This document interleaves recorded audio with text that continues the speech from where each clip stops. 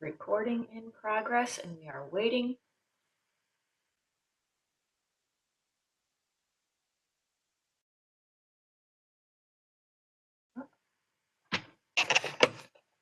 Let's see here.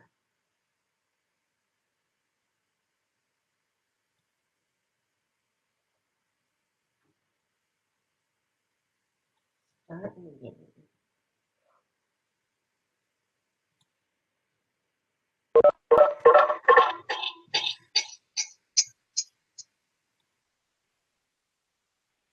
All right. Uh-oh, we have an echo. That's going to be irritating.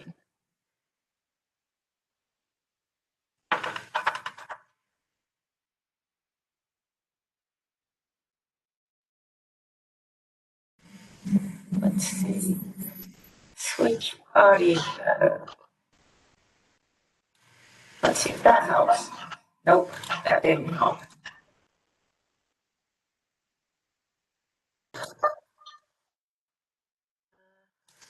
Options. Let's see if that. Nope. Let's see. We're going to have some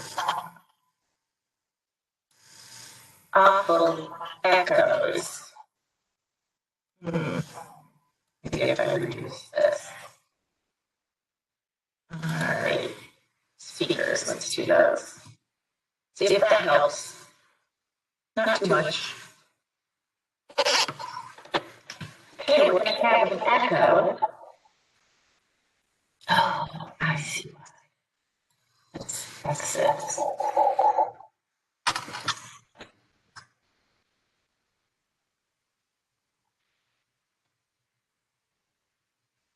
I want to expel that.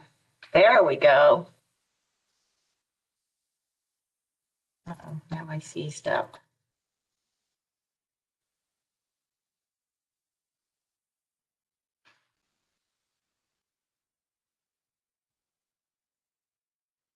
All right, is anybody else here? I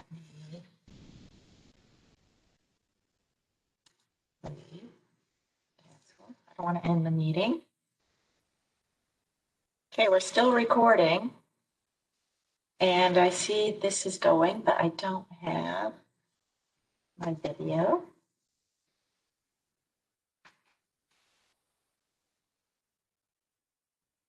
Now I should have video.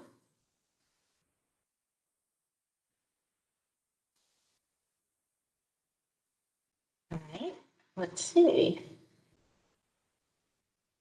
I'm not seeing a video on my screen.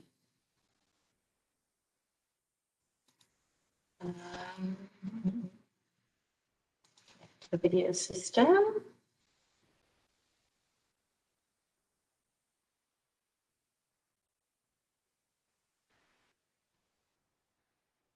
All right, we're getting set up.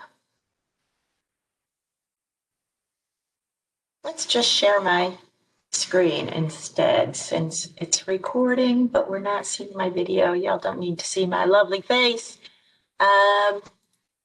So let's take a look. We'll start. We'll go ahead and start. It's 10:03, and we have a lot to get through, to cover. It's really only 3 chapters. So this really is a fairly straightforward exam. There's a lot of information. A lot of the microbial growth and control of growth, they complement each other, and that complements what you're doing in lab as well. The viruses, some parts of this are relatively simple. That synthesis portion, though, really depends on knowing what was going on in the genetics, because the viruses, they come in with a genome. They have a nucleic acid, and that's it.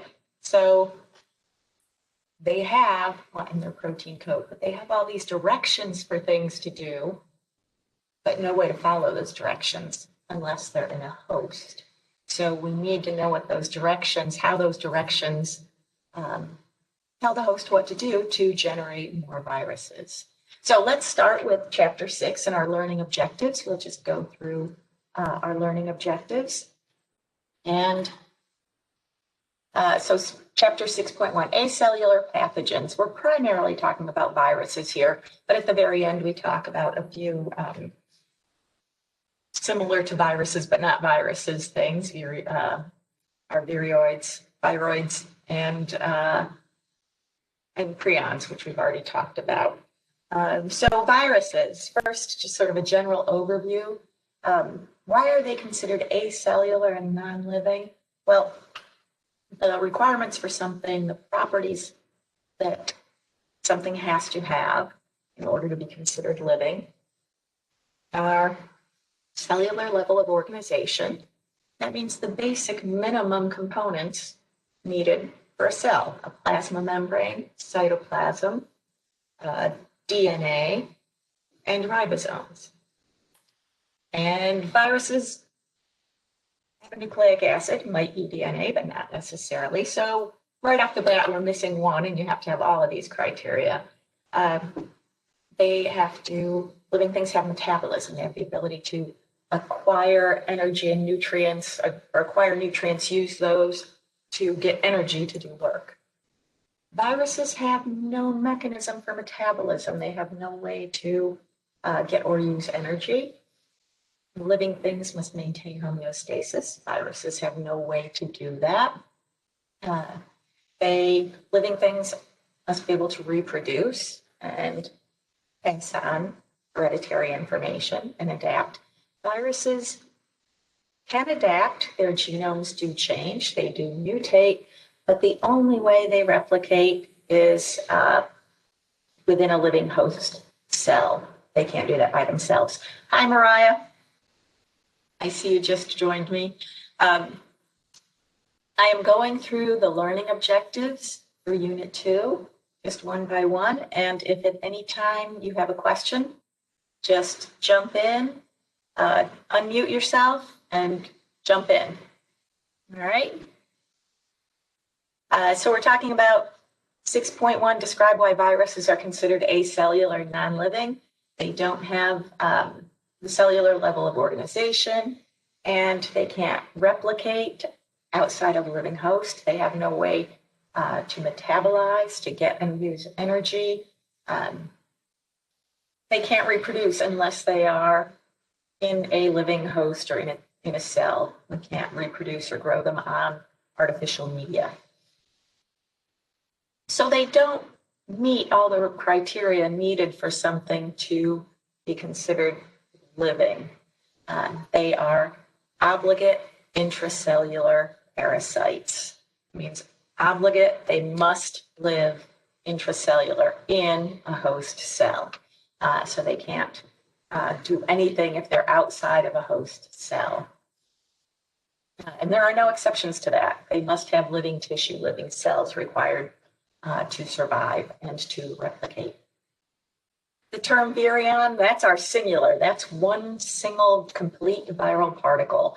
So whatever the virus, depending on the type of virus, whatever makes it a complete virus. So it has its nucleic acid. Oh, it has a protein coat.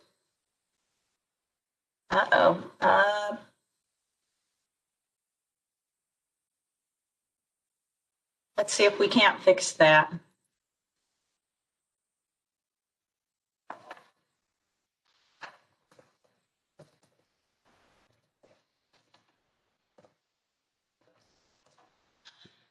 So apparently there's no audio. So let's see here.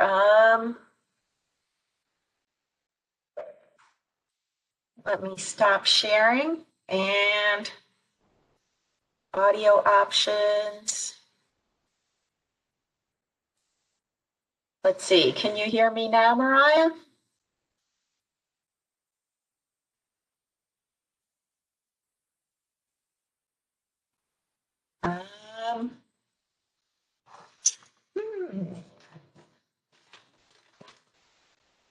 Let's see if I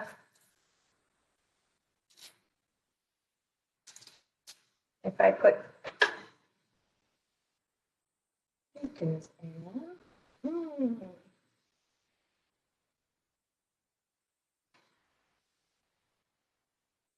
Can you hear? Let's see.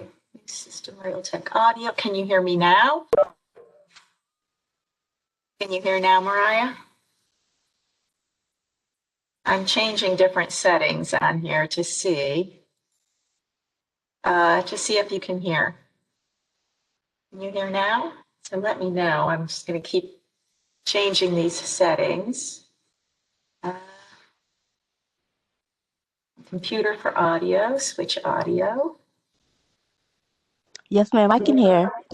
Okay, good. Whatever I just fixed, all right.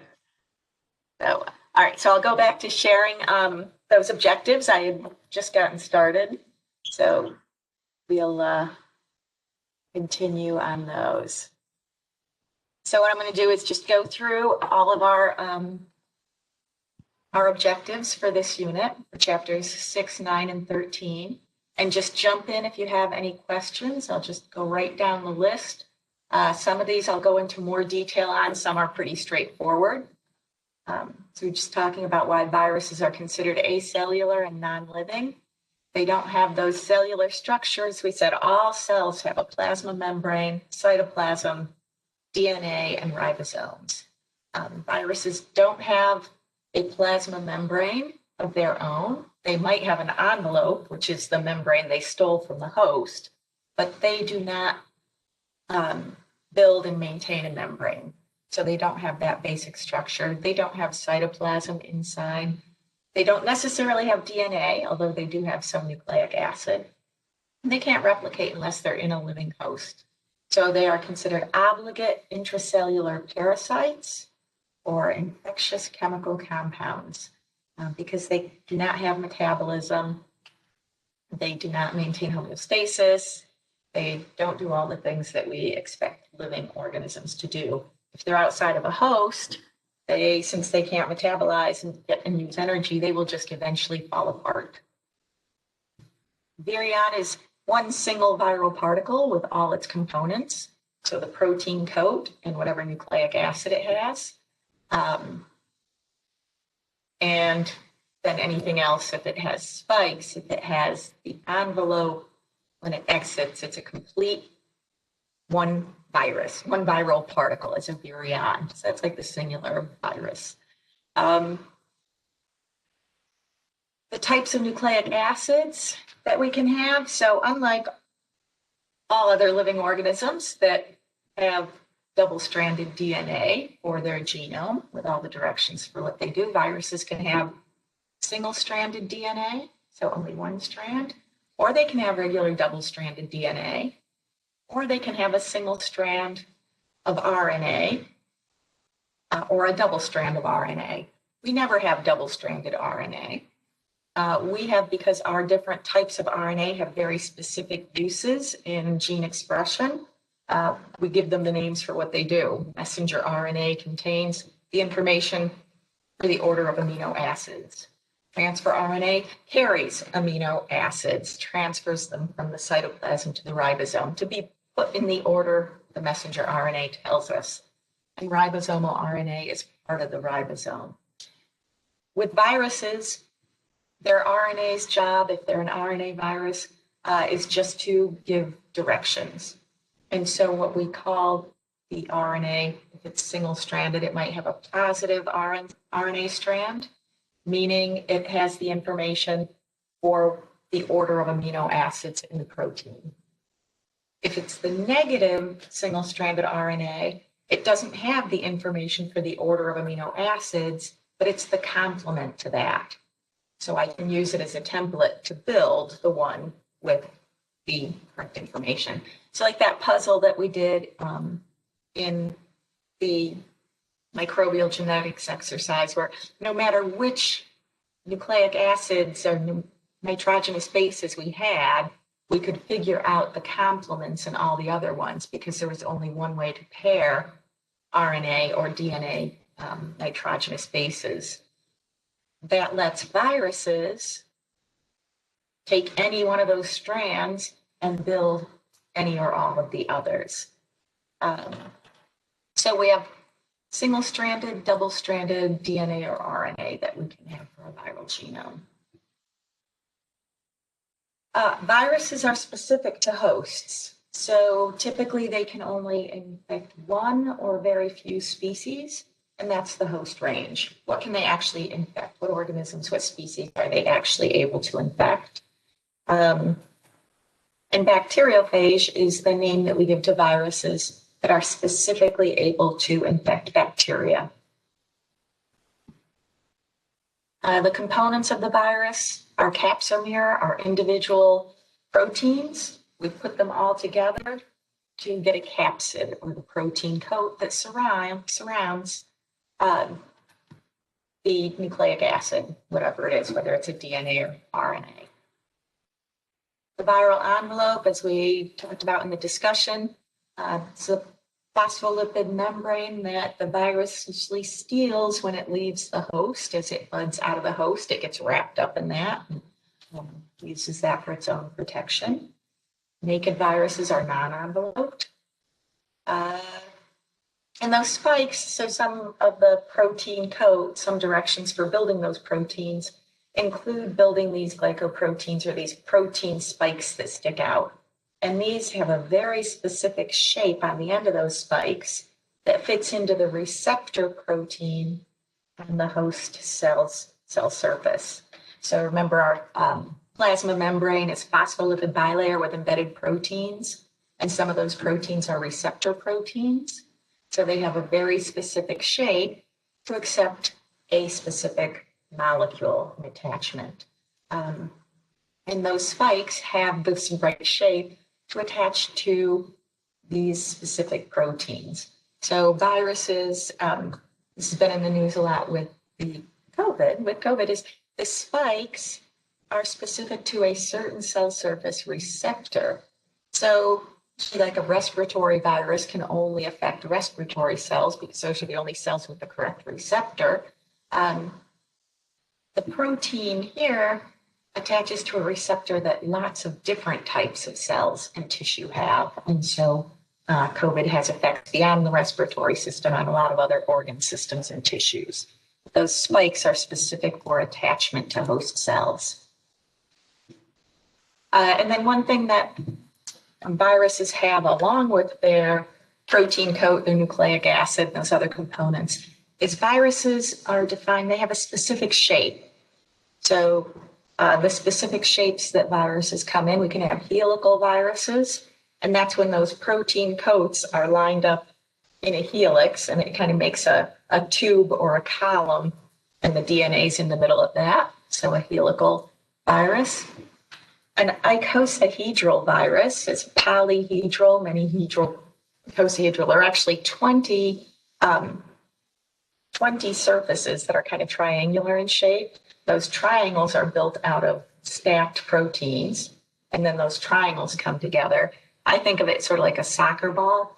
It has hexagons and pentagons in a specific shape on its surface. So these have these triangles that come together into a round coat that holds the nucleic acid. And then our complex viruses, typically if we look at that picture of the bacteriophages where it looks like a little alien landing craft, complex means they have bits and pieces of both of these. So our bacteriophages have this icosahedral ball that contains the nucleic acid. And then below this, they have this helical protein coat, the sheath. And then the spikes are specifically used for attachment. I think that's like the landing gear where they come onto the bacteria, grab on and land. And then with our bacteriophages, rather than the whole virus ever entering the bacteria, they use that sheath to inject the nucleic acid. So that's an example of a complex virus because they have both helical portions and icosahedral portions. So a single bacteriophage, Virion, would have a complex shape. All right, so the lytic and the lysogenic cycle. The steps, the lytic cycle, there are slight differences between bacteriophages because the bacteriophage never enters, it injects the DNA. But our lytic cycle includes attachment, So the virus attaches to the surface receptor, to the right receptor on the surface of the susceptible cell. And then we have penetration. With bacteriophages, that's just injecting the nucleic acid into the bacteria. With animal cells, that penetration could be endocytosis, where it's brought in, passes through the membrane. Endocytosis is brought in. And then we have uncoating in animal cells. The uncoating is where that protein coat is removed to expose the nucleic acid. Bacteriophages don't have that because they inject the DNA without the protein coat that just falls off the host cell. The next phase is biosynthesis, and that was our discussion question. This is where we're just going to use our question number 10, that puzzle from the microbial genetics activity. Whatever it came in with, it has to leave. So whatever my virion consists of, I have to make lots and lots of those parts so that I can make lots and lots more virions to leave the cell. So biosynthesis, I'm building all my parts of my virus. And we'll look at that in a little bit more detail in just a second. And then the last assembly is also sometimes referred to as maturation. Assembly is when all those parts, I'm going to build those parts separately. I'm going to build my proteins at the ribosomes for the proteins coats. I'm going to build my nucleic acid wherever I have the enzymes that I need to build those. So if it's DNA, I need to get into the host cell nucleus to make copies of DNA, or if it's RNA, I'm going to build that in the cytoplasm using the host cell's tRNA and amino acids to do that.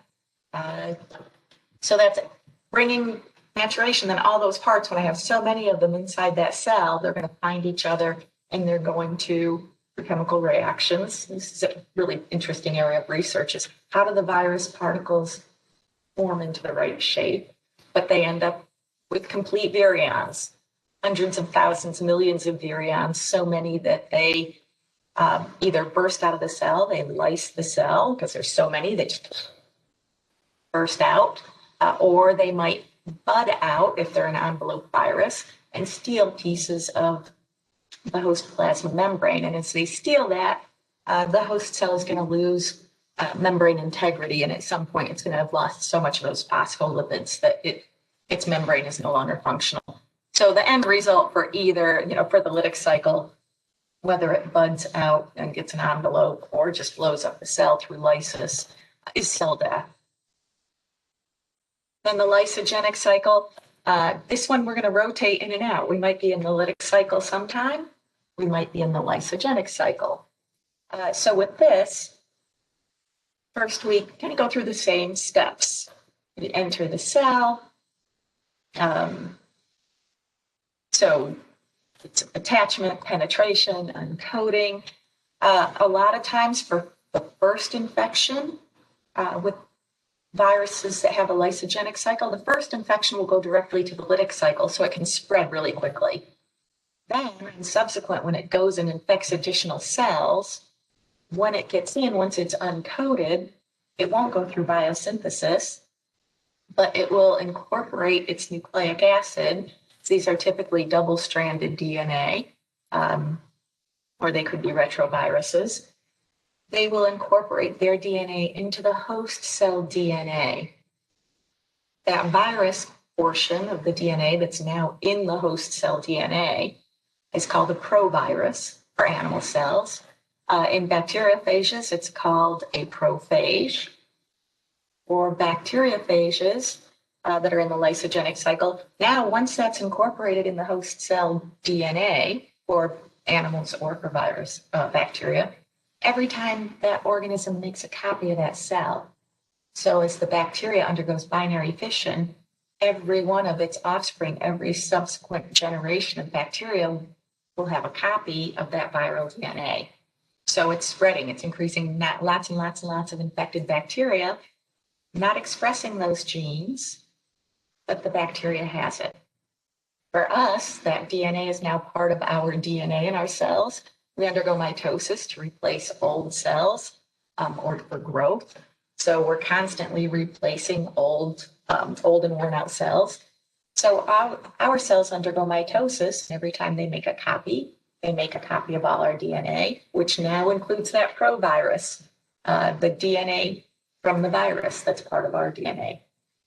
So now all these new cells have copies of that. And then at some point, something will trigger this virus that we say has been dormant or latent. It's just been carried on, passed on, but it's not, those genes aren't being expressed. So it's not making copies of itself. But at some point, it will leave the lysogenic cycle, and now it will go into the lytic cycle. The genes on that DNA, on the provirus DNA, will be expressed. In bacteriophages, the prophage actually excises from the bacterial DNA and just goes and starts making copies of all the virion particles, the protein coat, and copies of the DNA. For animal cells, we'll just express that gene, right? So all our chromosomes are in every nucleus on every one of our cells.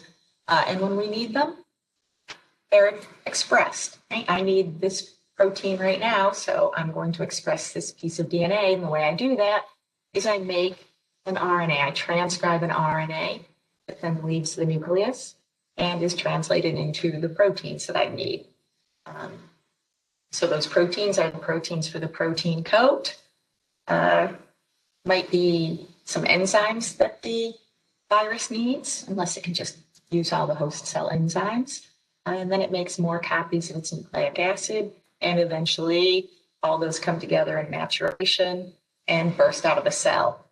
And then infect other cells where they might go into that lysogenic cycle and be dormant again.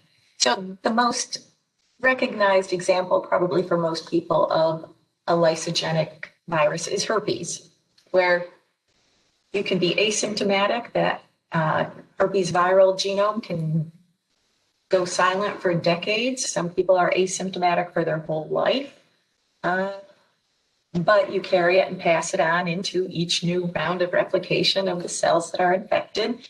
And then when it comes out into the lytic cycle, when it leaves the lysogenic cycle, goes into the lytic cycle, you have an outbreak because you're bursting your cells open as it's making copies of the virus.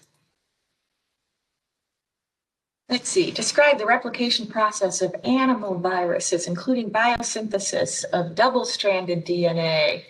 All right, this is the question from our discussion, and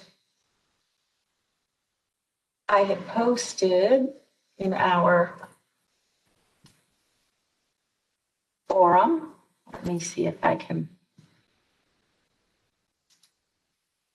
get us into that discussion forum to show this picture, because this image is really kind of the key to understanding this process.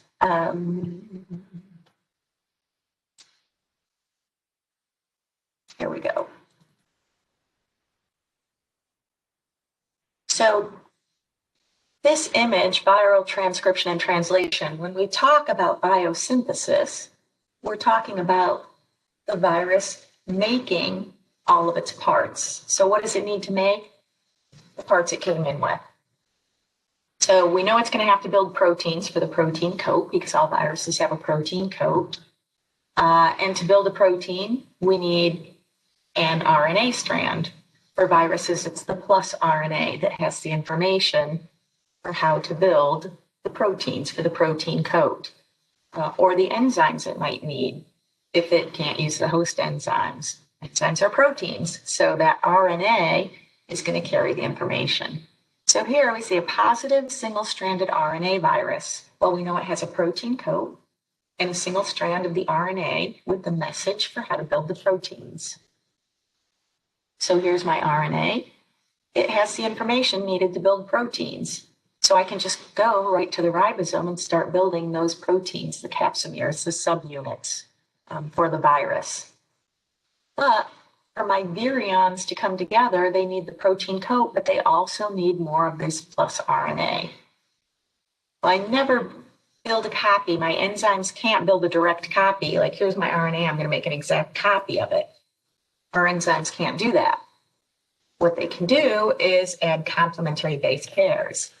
So if I have my plus RNA, I have a template to build the complementary base pairs, which are the minus RNA. This now becomes a template to build the plus. It's kind of this extra step. I have to build the template that tells me how to build more of the plus RNA. So I'm going to build lots and lots and lots of these plus RNAs from the negative RNA. I'm going to use my positive RNA to make lots and lots of protein subunits for the protein coat. And then I'm going to have so many that they're bumping into each other and they come together to form a complete virion with the plus RNA inside the protein coat. What happens to all this minus RNA? When the cell explodes, that's just cellular garbage. That's just going to be let loose into the host's circulatory system to be removed as cellular junk. Conversely, here's a negative single-stranded RNA virus. I come in without the information to build a protein, but I do have a template to build the plus RNA that tells me how to build a protein. So I'm going to use RNA transcriptase, the enzyme that builds RNA, or RNA polymerase, sorry, the one that builds RNA. To build RNA from RNA, our cells never do that.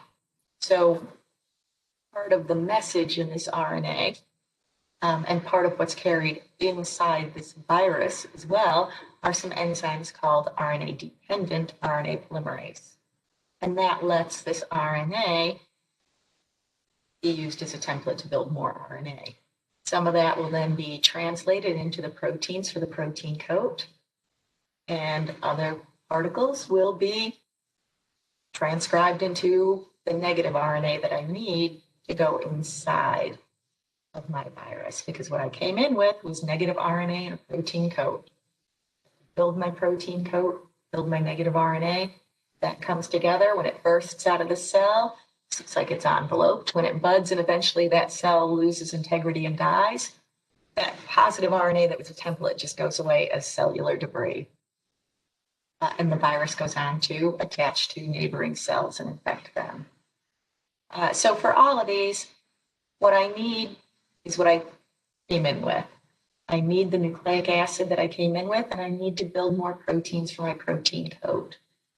Knowing any one of these can be used as a template to build its corresponding part. Right? So the positive DNA can build its other side of DNA to give me double-stranded DNA. Double-stranded DNA, I can just use the host's mechanism because that's what we have.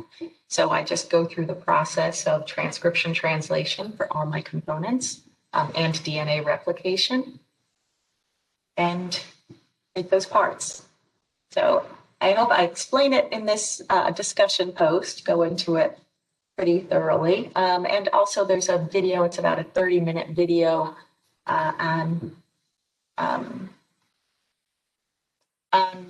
biosynthesis. So on synthesis and maturation that goes into it in detail as well. So if that quick summary wasn't enough, spend some time with that image that's in the discussion and just think about what it's showing. And watch that video, that'll help. Let's see, persistent and latent infections. Track of time here. Take all our time on viruses. Persistent infections are those that the virus isn't completely cleared from the host. They may or may not have symptoms. They can be asymptomatic or maybe have mild symptoms, but that infection lasts indefinitely. Latent viral infections are a type of persistent infection like the herpes virus, where they can be asymptomatic. They can lie dormant for decades, for lifetimes, but they are still part of that host. When they're not active, they have no symptoms. They're difficult to detect because they're inside our own cells. Chronic infections are those that persist for a long time, but always have some low-lying symptoms over long periods of time. Some of these are things like HIV, which can't be cleared by the host immune system. And there are constant low-lying symptoms, underlying symptoms that it can be difficult to detect, but they're always there. Some chronic infections might just persist for a really long time with mild or no symptoms, but they aren't latent. They're viruses that can actually be cleared by the immune system or with the help of antibiotics. So latent, they're never going to be cleared, but they can have no symptoms, no effect for the life of the host. And chronic are going to continue to have some low-level impacts all the time.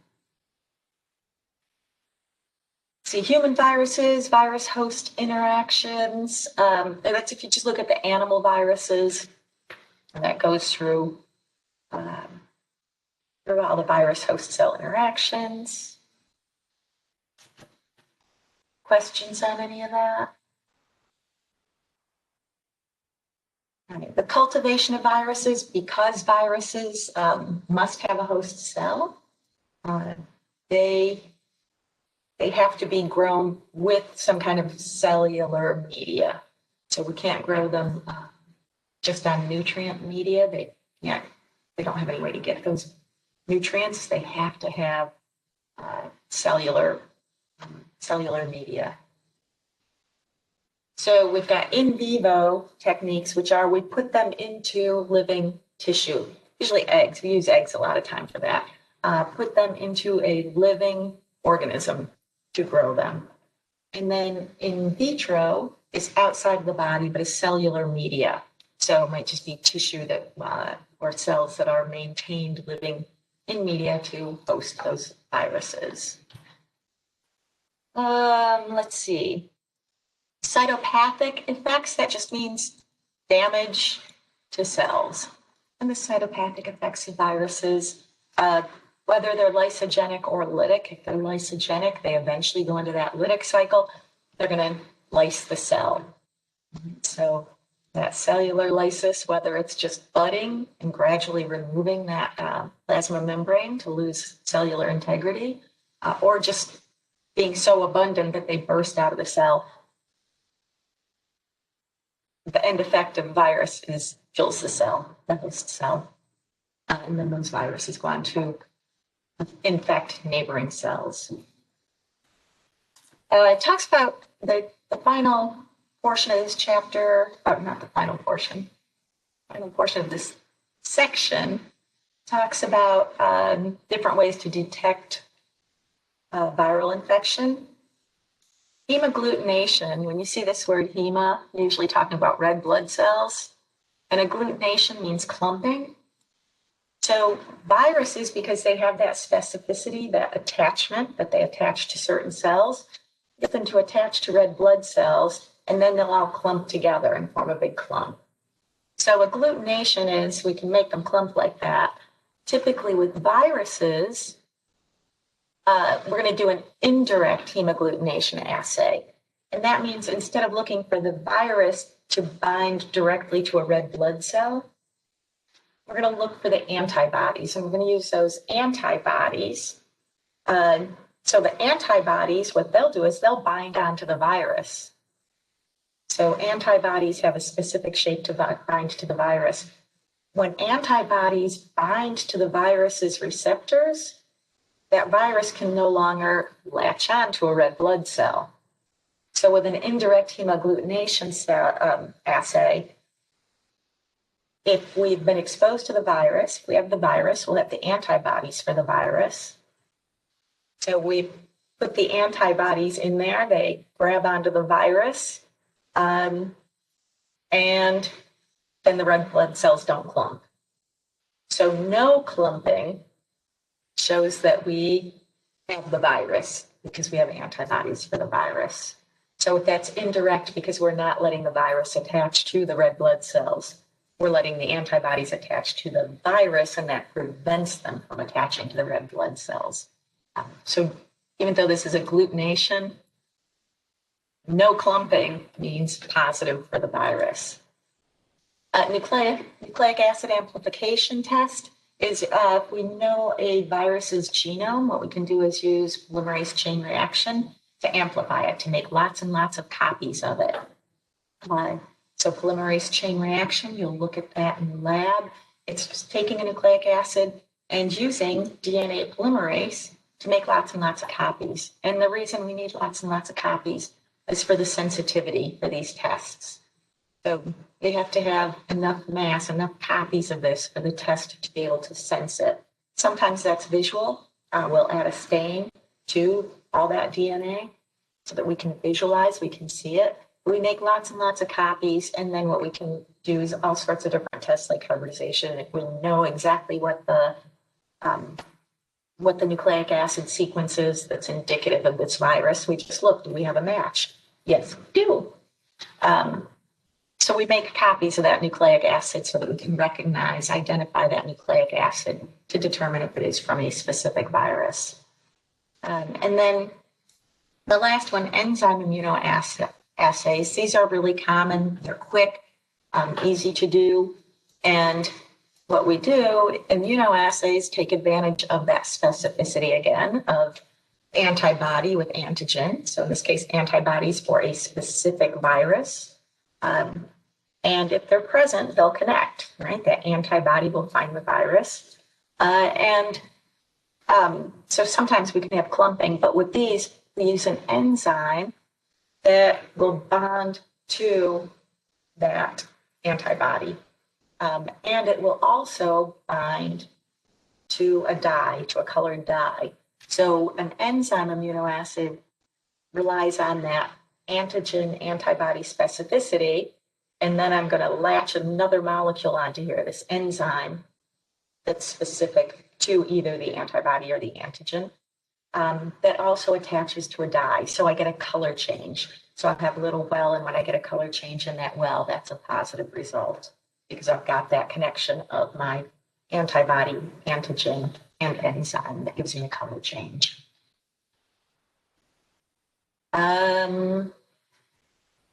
Let's see. So the last portion, just real quickly, viroids are similar to virus, so oid-ish, virus-ish. They don't have a protein coat. It's just the nucleic acid, but these affect plants. And then we talked about our prions in the first chapter, and these are infectious proteins that trigger misfolding when they get close to other proteins. They trigger misfolding of proteins in the brain that lead to plaques. So plaques are holes in the brain. And so we talked about mad cow disease, Creutzfeldt-Jacobs, and Guru. So some of those different diseases caused by prions. All right, so those are our viruses. We good on that? Questions? All right. So chapter 9, microbial growth. I think this one's pretty straightforward. This is the terminology to figure out. But for the most part, because this is similar to some of the things you're seeing in lab, you don't get to do it hands-on, but for a lot of this, and just, yeah, going through the virtual labs can be helpful. This is just how our bacteria grow. What do they need to grow? It's like any organism has, its happy place where it grows best. Our bacteria, so we're back to bacteria, grow best under certain conditions. So this just talks about how to do that. Binary fission, our organisms, our bacteria divide. There is no sexual reproduction of bacteria. There are no males and females. We talk about the conjugation pili. That's how one bacteria can share a little tiny bit of its genome with another. It is not sexual reproduction. Binary fission, asexual. Bacteria makes a copy of its genome, accumulates materials and food, so it elongates, and then it pinches in, and voila, 2 bacteria. Binary is 2, and fission, division, so we're going to divide twice. Generation time is also known as doubling time, how long it takes to go from 1 bacteria through an entire life cycle to 2 bacteria. Some bacteria can do this really, really quickly. E. coli have a doubling time or a generation time of 20 minutes. So their population can grow really, really quickly. The bacterial growth curve, we looked at this in our discussion as well. So everybody should know that at lag phase, we start with the lag phase where our curve is level. And it's not that the bacteria are dead or they're not doing anything. They're doing lots of stuff. They're accumulating all the materials they need. They're growing because to divide, the first thing we do is accumulate all the materials we need, and we elongate, we get bigger, and then we divide. And now these get bigger, and elongate, and divide. So that first phase, the bacteria are growing, and related to the genetics unit, they're checking out their environment. What food do I have here? Okay, what enzymes do I need to break down and access this food? What enzymes don't I need? So remember our operon system, that's our way to be efficient. We don't want to express all our genes all the time. That would use up all our energy. So we want to just make the enzymes that I need to survive in this environment. So what do I need in this environment? Let me turn those genes on. What don't I need? Let me turn those genes off. The operon system does that. And so the bacteria is getting used to its environment, figuring that out, and making the proteins or the enzymes that it's going to need. So that's my lag phase, where I'm not seeing a big increase in numbers. And then we go to the logarithmic growth phase, where we start to divide. 1 bacteria becomes 2, becomes 4, becomes 8, 16, and that's this steady rise because I'm doubling logarithmically, doubling my population every generation. As I'm doing that, in order to grow, I need those nutrients. I'm accumulating nutrients. I'm getting bigger in size, which means I'm taking in whatever I need, water and nutrients and food. And so I'm using up the nutrients in the media. Well, if you eat, you also produce waste. Bacteria do the same. So they're also producing waste that's getting expelled out into the environment. So while they're using up nutrients, they are also contaminating their environment with waste products. So eventually, the space is going to be full, nutrients will be depleted, waste will have accumulated, and so the growth number will level off. They won't all die at once because what happens is as some bacteria die, they break down, they decompose. Well, what are bacteria made of? Schnapps, just like everything else, carbon, hydrogen, nitrogen, oxygen, phosphorus, and sulfur, put together as proteins, lipids, carbohydrates, and nucleic acids. That leaves behind nutrients. So some die, and hey, look, some more nutrients. So we're just going to have, as some die, some are born, and we're going to continue at the same population level for a while. But eventually, there's just going to be too many waste products. There's not going to be enough space, and the organisms, the population will start to decline as organisms die, also in a logarithmic fashion. So that's what's going on in each one of those phases. To understand not only the names of the phase, but what's happening and why it's happening in that phase.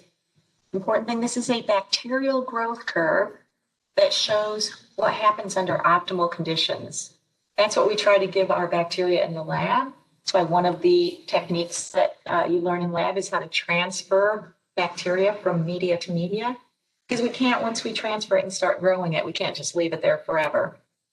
We have to periodically transfer it to new media, to give it new food, new space. So we transfer our bacteria, and then this curve starts all over again. Let's see, we talk about different ways to count our bacteria. Direct plate counts, direct cell count, and we'll look under the microscope and see and count how many bacteria I have. That plate count, We use the serial dilution to get down to a reasonable number. You all did this in your virtual lab, and then I'm going to grow them on an agar plate, use my pour plate technique, and then each bacteria, each cell will start undergoing binary fission and make clones of itself, and so one bacteria will turn into thousands that are now a visible colony. Each colony represents one bacteria from the original sample, so then I can just extrapolate based on my dilution into how many cells were present in each milliliter of my original sample. Most probable number. So serial dilution is used when I've got a sample that has just so many bacteria. It's just dense with bacteria, so I couldn't go in and individually count them because there's too many. I have to dilute it and then use MAP to undilute it and figure out my initial concentration.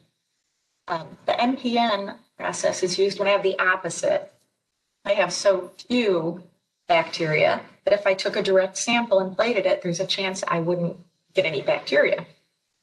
So what I'm going to do is use different concentrations and put sample in it, and I'm going to have some indicator, something that's going to change color, and I figure out which concentration gave me the color change, and then there are tables that you compare that with that tell you, okay, at this concentration, or at this dilution, or this concentration, this is how many, this is the most probable number or concentration of bacteria, number of cells that you had in your original sample from there.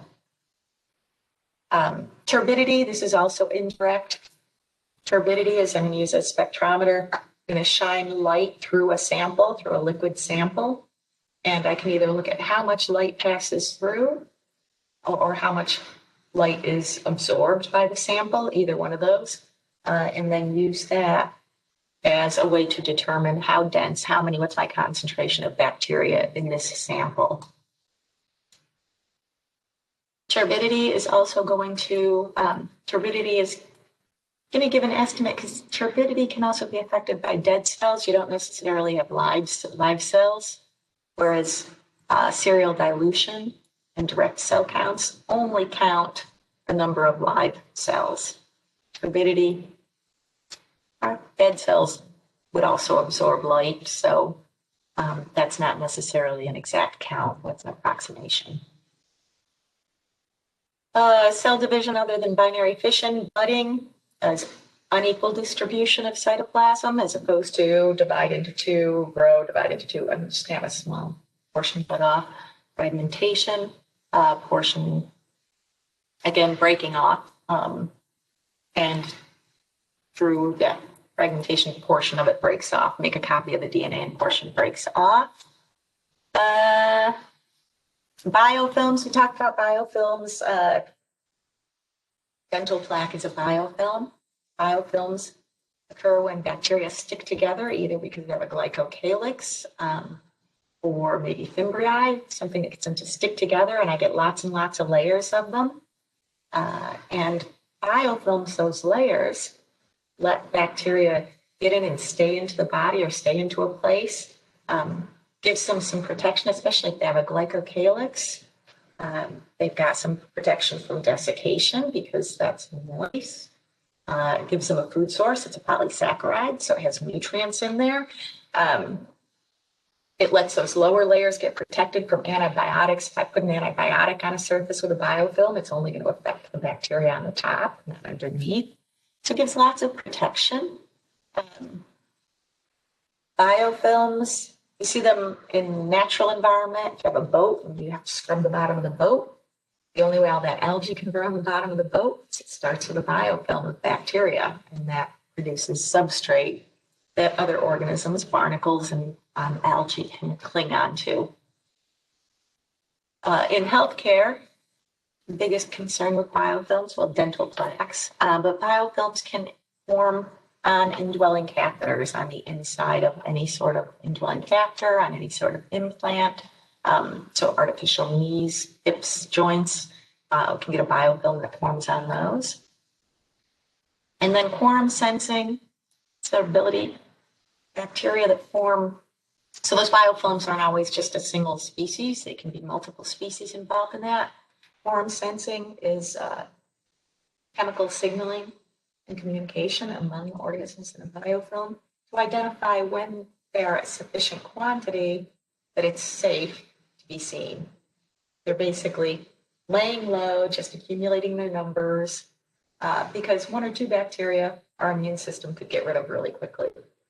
So a lot of times biofilms aren't drawing any attention to themselves, don't know they're there, the immune system's going to ignore them. They're not going to express any virulence factors like producing toxins until they know it's safe to do so because numbers are on their side.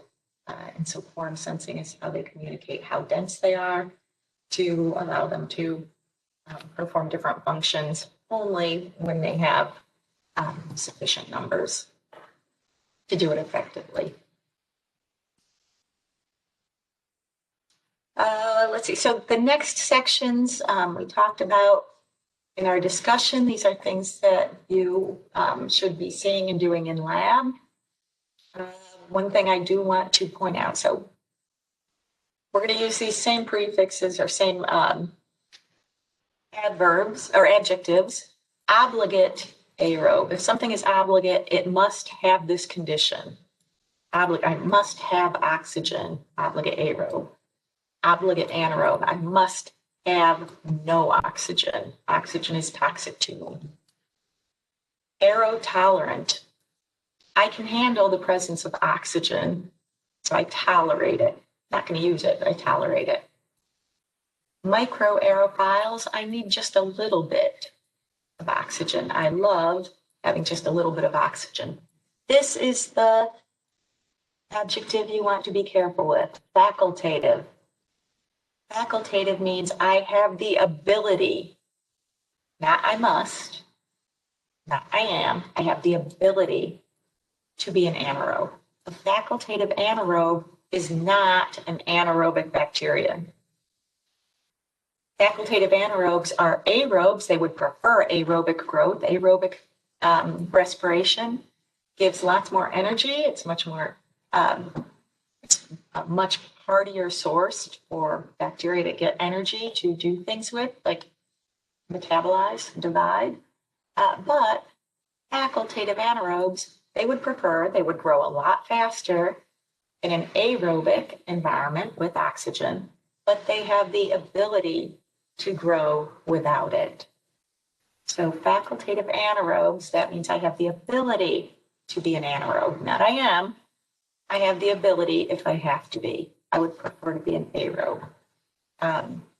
So facultative halophiles. I have the ability to grow in salt. I don't have to, I'm not obligate, but I have the ability. I'd rather not, because, the osmotic pressure hurts, takes some energy to deal with. So facultative, since I have the ability to be whatever the word is after it. Not that I am this thing, so I'm not an anaerobe, or I'm not a halophile, but I have the ability to survive in that environment. Knowing where these would grow in a thioglycolate broth, that broth in the test tube, as I go down the test tube, so here's my test tube. Here's my test tube. At the top, I'm always exposed to oxygen. There's a layer of oxygen air in the atmosphere above me. So there's always going to be a little bit of an exchange of oxygen here. But that thioglycolate sets up an oxygen differential. As I get deeper into the test tube, there's less and less oxygen until there's none down here. So if I am an anaerobe, I can only grow down here because oxygen's toxic to me. I won't be found anywhere where there's oxygen. If I'm an obligate aerobe, I will only be found up here where there's oxygen, in this layer where there's oxygen exchange with the atmosphere. If I'm a facultative anaerobe, I'm going to have heavy growth up here because I grow faster here, but I can grow everywhere in the tube because I'm able to grow without oxygen as well. Aerotolerant anaerobes can also grow up where there's oxygen because it doesn't kill them, but they are going to grow better down here. And then microaerophiles, that oxygen differential, lots of oxygen, less, just a little oxygen here, and then no oxygen. So we find those in that area that just has a little bit of oxygen. See the anaerobic jar or gas pack, we put in some chemicals that will actually capture the oxygen that is in that. So we seal it tight. It has a tight seal, and we put chemicals in there along with our bacteria on their plates. And the chemicals that are in that envelope that we put in there take the oxygen, they bind it to hydrogen. So I get water that removes free oxygen. And they bind it to carbon. So I get carbon dioxide and oxygen and water in there. But it removes the free oxygen, the O2, which is what the aerobes would be using. So without that oxygen, my obligate aerobes can't grow. My facultative anaerobes can grow, but they're going to grow slower, more slowly than they would if they were in an environment with oxygen. But my obligate anaerobes can grow because I've removed all the oxygen. And then capnophiles, here, these guys don't just need no oxygen, they need carbon dioxide. Grow them in candle jars because when we burn a candle, when we burn anything, we release carbon dioxide. So we burn a candle in there to give them carbon dioxide. Let's see, so pH, with regard to pH, a lot of these, when we talk about homeostasis, it's to keep our enzymes happy. We're keeping our enzymes functioning at their best here. And depending on what the normal environment is for a given bacteria, they'll have different pH requirements. But the growth curve is going to be this bell-shaped curve with the peak at the optimum pH. So for organisms that grow in our body, the optimum pH is probably going to be, for most of them, it depends on where they are in our body, around 7. But if they're in our intestine, probably going to be slightly basic, so higher than 7. If they're in our stomach, it's going to be lower than 7. It's going to be acidic. It's going to be where that peak is. So they have a peak. The peak is not always 7, right? It's the pH where they're normally found in the environment they've adapted to. But if I get too much outside of that, too far away from that optimal pH, their growth is going to slow down. And at some point, they're going to be so far away from that optimal pH that the acidity or the alkalinity will interfere with their ability to function and they'll die. So minimum and maximum, those are those low points on that bell curve. And the optimum pH is where their growth is at its fastest. You can have acidophiles. So their peak would be at low pHs. They love acidic environments. Neutrophiles, which their peak would be right around 7, too much higher or too much lower, and their growth slows. And alkaphiles, I love basic environments, so high pH. My temperature curve is similar, but not quite the same. pH is a bell curve. With temperature, extreme cold temperatures slow down the growth of bacteria, but doesn't kill them. Extreme high temperatures denatures proteins and kills bacteria. So that curve kind of has a slow rise from low temperatures where growth is going to be really, really slow. And the warmer the temperature, the faster the growth, until I hit my maximum where I'm at my happy place. So we incubate our bacteria in the lab at 37 degrees Celsius, which is human body temperature, because those are mostly our normal microbiota, the bacteria that live on and in us, so they like our body temperature. If I get a little bit higher, they might grow a little faster, but too much higher, and their proteins, all those enzymes, all the proteins in their membrane are going to denature, and they're going to die. So that curve has a slow rise to a peak, and then it keeps going a little bit more, gets a little slower, and then when we're high enough, the enzymes denature. That's the end. They die. See, and we have some terms that go along with the temperatures they like. Psychrophile, this is extreme cold loving. We're going to grow in glaciers, in ice fields. So very, very cold temperatures. Psychrotrophs, trophic is food. So they eat in cold weather. They eat cold.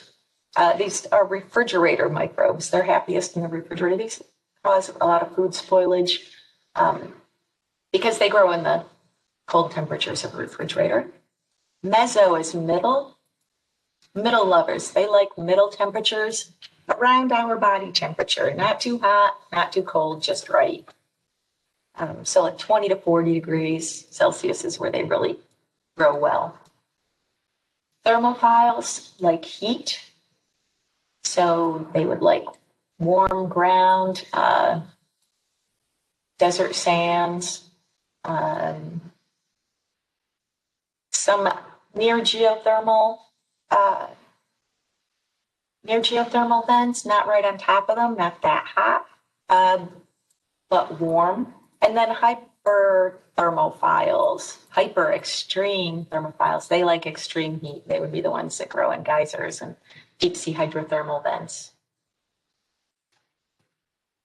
And then we had some other ones beside pH temperature, things like barometric pressure. So very deep sea bacteria live under high pressure all the time. And barophiles, they love high pressure. Osmotic pressure, we talked about quite a bit, and we put salts to preserve foods, and then different light requirements. And then the different growth media that you've used in lab, enriched. We use enriched media. It has very specific ingredients, something that our bacteria need. They can't just grow on anything. So enriched, see, these are for fastidious bacteria.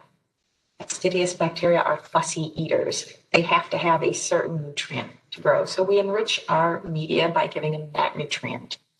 All-purpose media, most bacteria will grow on that. It just has general nutrients that they need. So proteins, lipids, carbs. Selective media will allow some bacteria to grow while inhibiting the growth of others. So mannitol salt agar, salt is our selective component. It only allows bacteria that can grow at that salt level to grow. It inhibits others. So our skin is a salty environment. We respire. A lot of our staphylococcus are salt. They do well in a salty environment. So we use those to grow gram-positive staph, but they inhibit gram-negatives and most other bacteria. So selective allows some bacteria to grow while inhibiting the growth of others. Differential lets me differentiate. I can tell the difference between this bacteria and that one based on what they do. So while my selective media might let all staphylococcus grow, I wouldn't be able to tell which staph I have. Differential media is going to differentiate. It's going to look different based on what those can do. So my MSA, my mannitol salt agar, was selective because it let staphylococcus grow, but it's also differential because it has the sugar mannitol in it, and some staph are able to ferment mannitol and others aren't. So I could look and see if it's Staphylococcus aureus. Oh yeah, look at that. It fermented the mannitol and turned yellow, whereas my Staphylococcus epidermidis did not, was not able to use mannitol as an energy source, and so it didn't ferment it and there was no color change. Defined media have a very specific recipe. So not just I have some beef broth and some sugars, but I have a very specific chemical composition. And my enrichment media are those that are going to be used to grow a specific. So these enrichment media have the nutrients to grow a specific type of bacteria. So selective for specific species. Questions on chapter 9? All right, got about 11 minutes left of this to get through the control of growth. See, so fomites are just non-living, inanimate objects that a pathogen can live on or survive on for long enough to be transmitted from one to another. Drinking glass, I drink on it, I set it down. Later on, somebody else comes, drinks out of it, and catches my cold. Door handle, I leave behind bacteria. When I grab onto it, somebody else comes by, gets infected. So fomites are inanimate, non-living objects that can be intermediates, that can hold on to a pathogen so that somebody else is later transmitted to it indirectly. So we talk about that because control of growth, a lot of times what we want to do is make sure that we are controlling growth, to use disinfectants to disinfect our fomites. This chapter talks about biological safety levels and some of the requirements that are needed to handle them. So biological safety level 1 is whatever we're working with doesn't cause any disease. It's minimal risk, non-pathogenic E. coli. So we're like, E. coli, not all E. coli cause disease. So non-pathogenic varieties of E. coli, things that don't, Staphylococcus epidermidis never causes disease. So we don't really have to take any particularly over-the-top control mechanisms, just common, normal laboratory safety. Biological safety level 2, this is what we work with in our labs usually. If you were meeting in lab, these are indigenous, so our normal microbiota. They live on and in us. Some of them are opportunistic pathogens, some are pathogens. We take normal precautions, wear gloves, safety glasses, we use aseptic technique. Make sure we disinfect when we're done, when we start. So there's a very moderate risk, but because they are pathogens, either opportunistic or true pathogens, we do take precautions.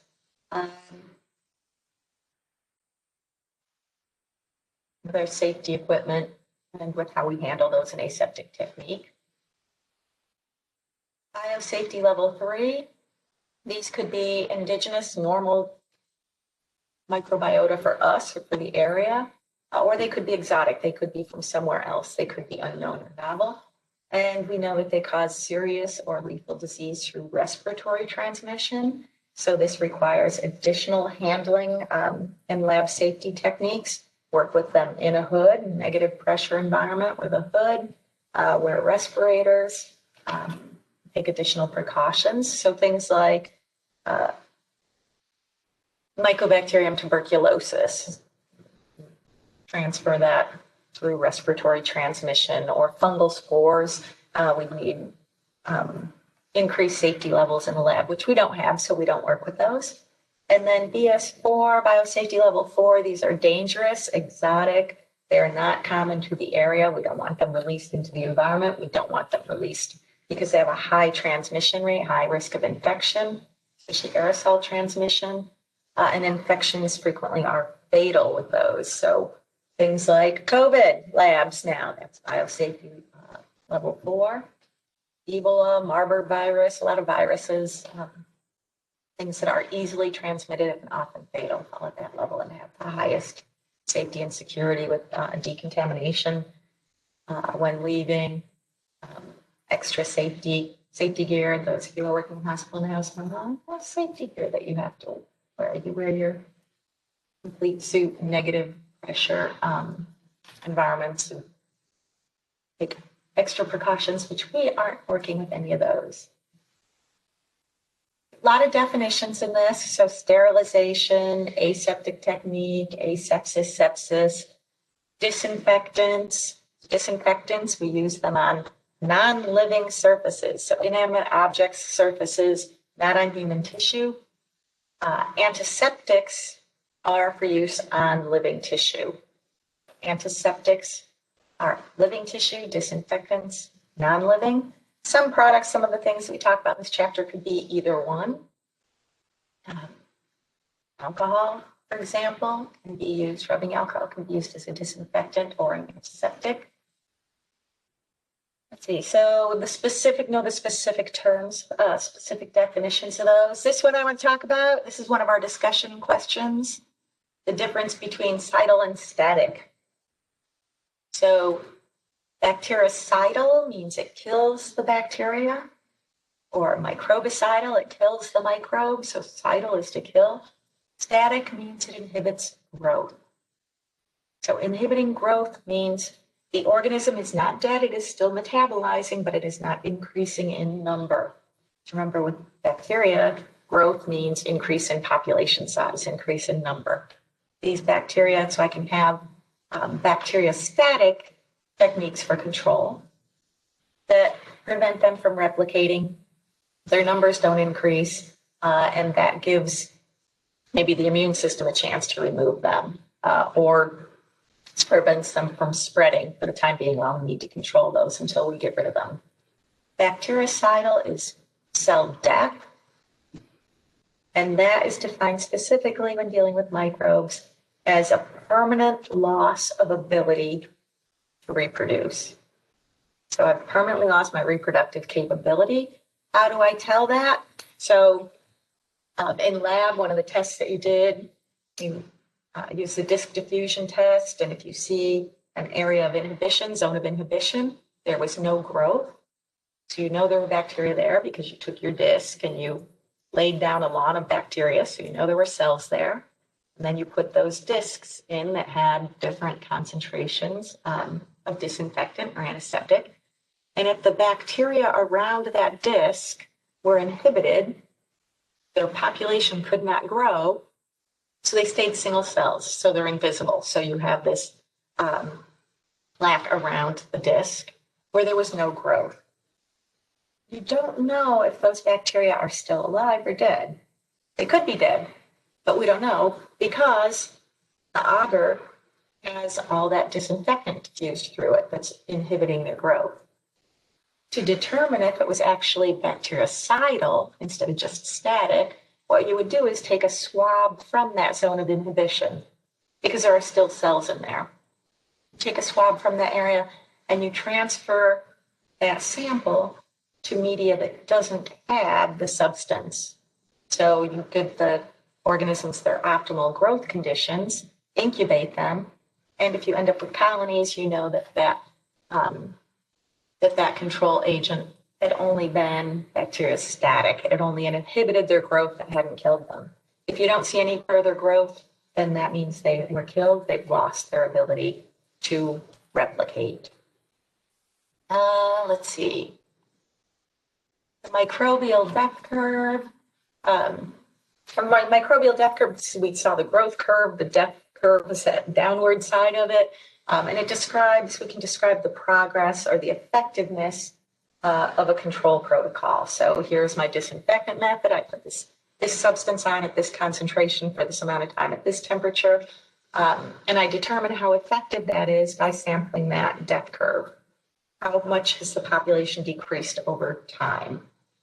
So the rate of death is constant over time, regardless of if I start with 10 bacteria or 1 million.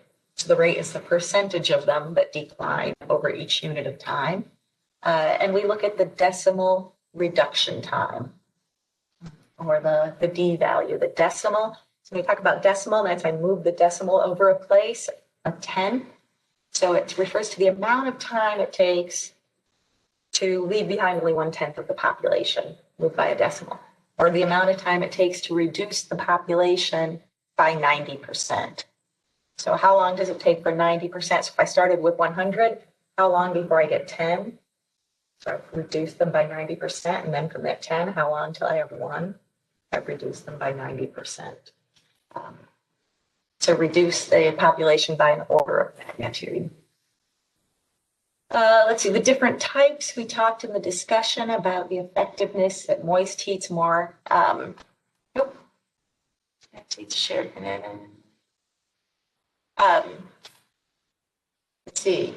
Those different autoclaving, moist heat's more effective. Pasteurization, we're going to use to reduce the number of pathogens or of bacteria to a safe level, to reduce spoilage, but we don't want to lose the consistency and flavor. So we use this when we need to preserve consistency and flavor. Because these are foods, we want to enjoy them. We don't want them to be bland, so safe that they have no taste, or they've lost their consistency, so we can't use them in cooking because we wouldn't get the right texture. So use that. If something is completely heat sensitive, meaning we heat it at all, we're going to have a problem. Then we would use filtration. Let's see, refrigeration, freezing, ultra low temperature freezing. So refrigeration, these are going to slow down the growth, so these control growth, but they don't kill the bacteria. Lyophilization is going to freeze dry our bacteria. This is actually how we receive the bacteria when we do have labs and we use them. And just add water and give them their happy place in media. And voila, they come back. They start to grow again. So that's freeze drying. Osmotic pressure we talked about. Hypertonic environments, high sugar concentration or high salt concentration, either one. You draw the water out of the bacteria. Slow-growing bacteria can tolerate this for a little bit longer than fast-growing bacteria. But for metabolism and division, I need moisture. Okay, so metabolism, all those chemical reactions take place in the cytoplasm. If I draw out all the cytoplasm, or all the moisture from the cytoplasm, no more chemical reactions, no metabolism, eventual death. Unless the bacteria can produce a capsule to withstand that. Let's see, distilled water, the opposite direction. Then the hypertonic environment is inside the bacteria, and that water is going to keep flooding in. The cell wall will prevent the cell from bursting to a certain extent.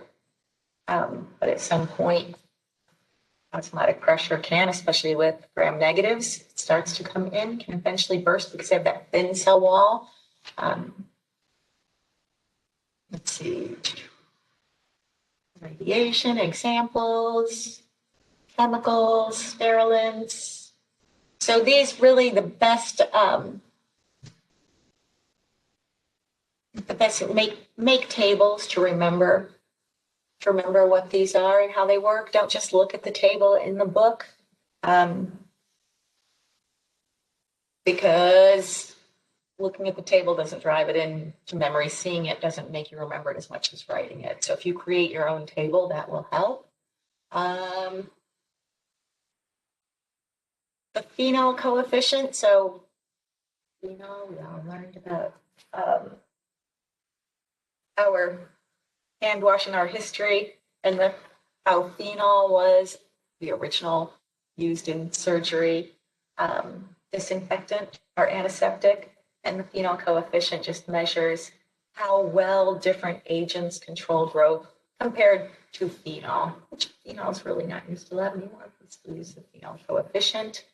One means it's as effective as phenol. Disk diffusion is what we talked about and what you did in lab. The disk diffusion method, we see a zone of inhibition, and we know it's effective at inhibiting growth. We don't know if it's killed it or not. Our use dilution method, to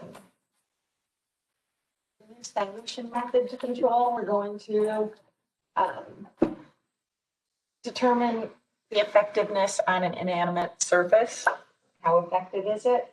So you take a stainless steel, you dip a stainless steel plate into culture, and then you dry it, and then you put the substance on it and transfer those bacteria and see if they grow or not. Our in-use test, this is, we're using disinfectant, we're reusing it, has it been contaminated? In the figure at the very end of the chapter,